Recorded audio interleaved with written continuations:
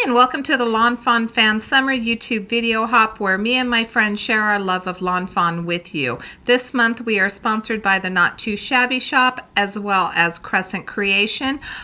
Each of these companies have generously offered a gift card to their stores. I will have the information linked in the description box below. Here's a look at the project that I'm creating today. We're going to do a little bit of watercoloring. I wanted to share with you how quick and easy it is to create a watercolor scene. I did color my critters off camera, but I'm going to share the products that I used from Lawn Fawn. This is the Tea-rrific stamp set. I also have the Tea-rrific add-on, and then I'm going to be using the grass dies from the recently released Treehouse die set. Let's jump into our project. I do have a card panel that's cut roughly to 4 1/4 by 6 inches. This is Canson watercolor paper. I have some clean water and a flat brush. As you can see, I have taped off the upper portion of this card panel. We're going to start with our sky. I'm going to add a little bit of Daniel Smith Sleeping Beauty, and then this is a turquoise. I will have it linked in the description box below. I felt like these two colors worked perfectly for the sky. The sky tends to have a little bit of a gray texture to it, which is what the Sleeping Beauty will bring to this background.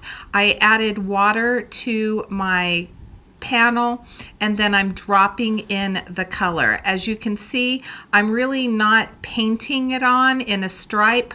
I'm adding just a little bit here and there. I'm going to add a little bit more of that turquoise. I felt like the Sleeping Beauty was taking over just a little bit more. I'm going to pounce off any of the excess water, and then I'm going to start working on my sand. As you can see, the sand portion is going to be a little bit larger than the ocean and the sky, and that's because I really need a large area for all of my critters to have their tea party. This is called Titanium Buff, and I am painting this one on. So you can see for the sky, I wanted to get a little bit of a cloudy look, so I dropped the color in and did a little bit of pouncing. But for the sand, I'm going to go ahead and paint this Titanium Buff on.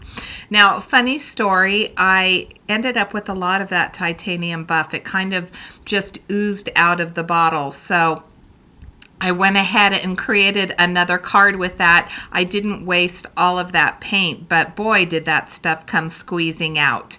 Now, I wanted to add some splatter, which would give the sand a little bit of texture. So I started with a Hansa Yellow, again by Daniel Smith. I'm going to add a little bit of Quinacridone Gold to this, and then I'm going to also add a brown. All of the Daniel Smith watercolors, again, will be linked in the description box below. I'm going off of memory for this, so I'm going to apologize. I wrote everything down, and then I couldn't find the paper that I wrote it on. As you can see, my brush wasn't fully clean. It still had a little bit of that yellow in it.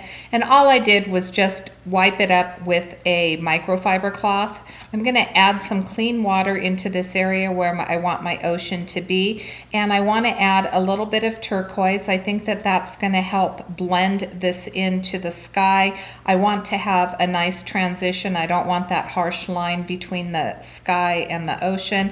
As you can see, I went back to that pouncing motion, and then because I am a California girl and I'm from the Pacific, where the Pacific Ocean is, I'm adding some indigo blue because the water tends to be a little bit darker in the Pacific and not quite as turquoise as it is in, say, the Caribbean. I'm going to go between those two colors, eventually mixing the indigo and the turquoise together, and then I'm going to right here add a phthalo blue. So I felt like it was just not giving me the blue that I was looking for. It was still looking a lot like the sky, and so adding that little bit of phthalo blue, or a lot of phthalo blue, really did help get me the color that I was looking for. We need to add a little bit of texture to this because the ocean is not flat. That would be a lake. This is the flat end of my brush and some of that phthalo blue mixed in with a little bit of that teal. And I'm creating waves because there would be little waves out in the ocean. And as the waves break, of course, you are going to have some foam. So for the foam, I'm using a little bit of gouache. This is white gouache. And I'm adding it on using the same technique that I did for the waves, adding it to the tip of my flat brush.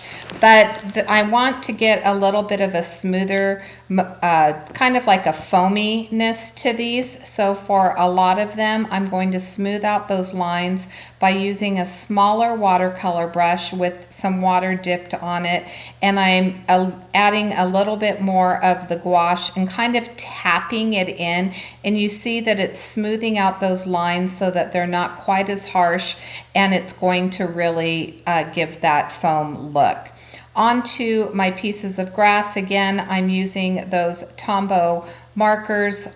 I wanted to add kind of a muted green, so I have a army green, I guess I would say, and kind of a brown green. I'm going to add the marker on using some little flicking motion, and then I'm going to use my brush to wash it out, and that will smooth some of the transition, yet still leaving a little bit of that texture from the markers.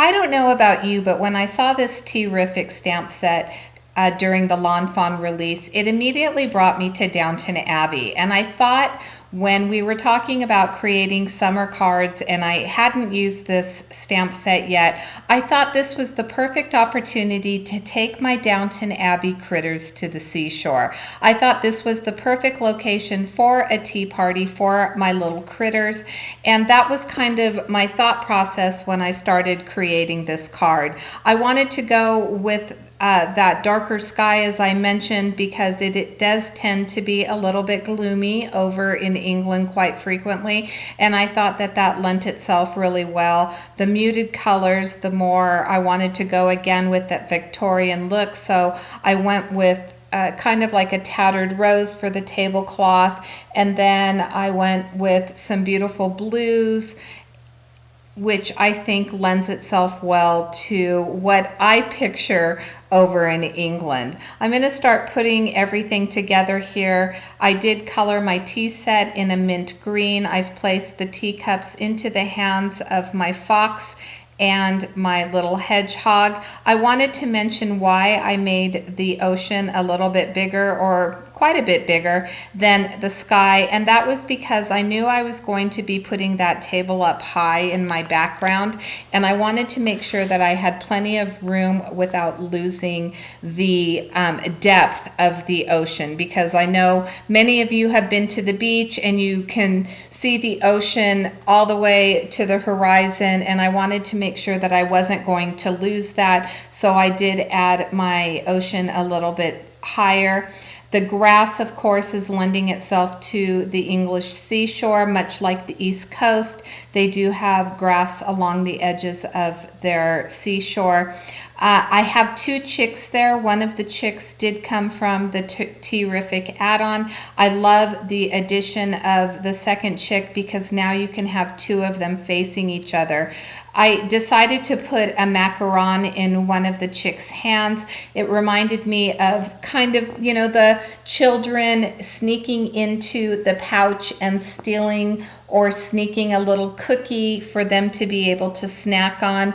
And so I'm going to put a little macaron into his hand. Of course, I have the tea service. I went with a neutral tone for the teapot because it did have what looked like an acorn lid, and then again, as I mentioned, I did go with a mint green for my tea set. I want to talk a little bit about the giveaway. In order to qualify, you do need to leave a comment at each stop in the hop. Make sure that you like the videos, and if you are pleased with the videos that you've seen and you like the projects, it would be great if you would subscribe. We always welcome new subscribers to our channels. I will have listed in the description box when this closes. It should be about approximately a week from today. When it does close, I will announce the winner over on my channel. As I mentioned, the Not Too Shabby Shop is near and dear to my heart. My friend Jamie over there has been very generous with these hops, as has Nia. Nia is a participant in the hop. Crescent Creations is a wonderful store as well, and she also is carrying Lawn Fawn products. So you'll be able to find Lawn Fawn products in both the Not Too Shabby Shop and in Crescent Creations store. So we hope that you will check out the stores of our sponsors and show them a little bit of love too. I did choose not to pop up any of my images. I do love foam tape. Dimension is everything, but because I used Canson XL watercolor paper on my background as well as for my critters, this is already a little bit bulky as it was, and I was afraid that I was going to get too much bulk if I added the foam tape. I'm going to stamp my sentiment. As you can see, I did lay a piece of acetate down to make sure that I was getting it straight. I have ruined many cards with a crooked sentiment. We crafters tend to make mistakes, and sometimes they're irreversible, most of the times not. You could certainly put a little banner over the front of that. I had plenty of space for that, but I wanted to make sure I had it straight, and using the acetate really helps with that. Here is where I'm going to add a little bit of foam tape because I can add it to the back of the card, and it's going to give it a lift off of my top folding card base. So I'm going to bring in this white top folding card base. My finished card base is going to be 4 1/4 by 5 1/2 inches. So I'm going to have a little bit of a white border around that teal, and I think it breaks up the card and adds a little bit to it. Thanks so much for watching today. I hope that you enjoyed this video, and until next time, I hope you have a fabulous day.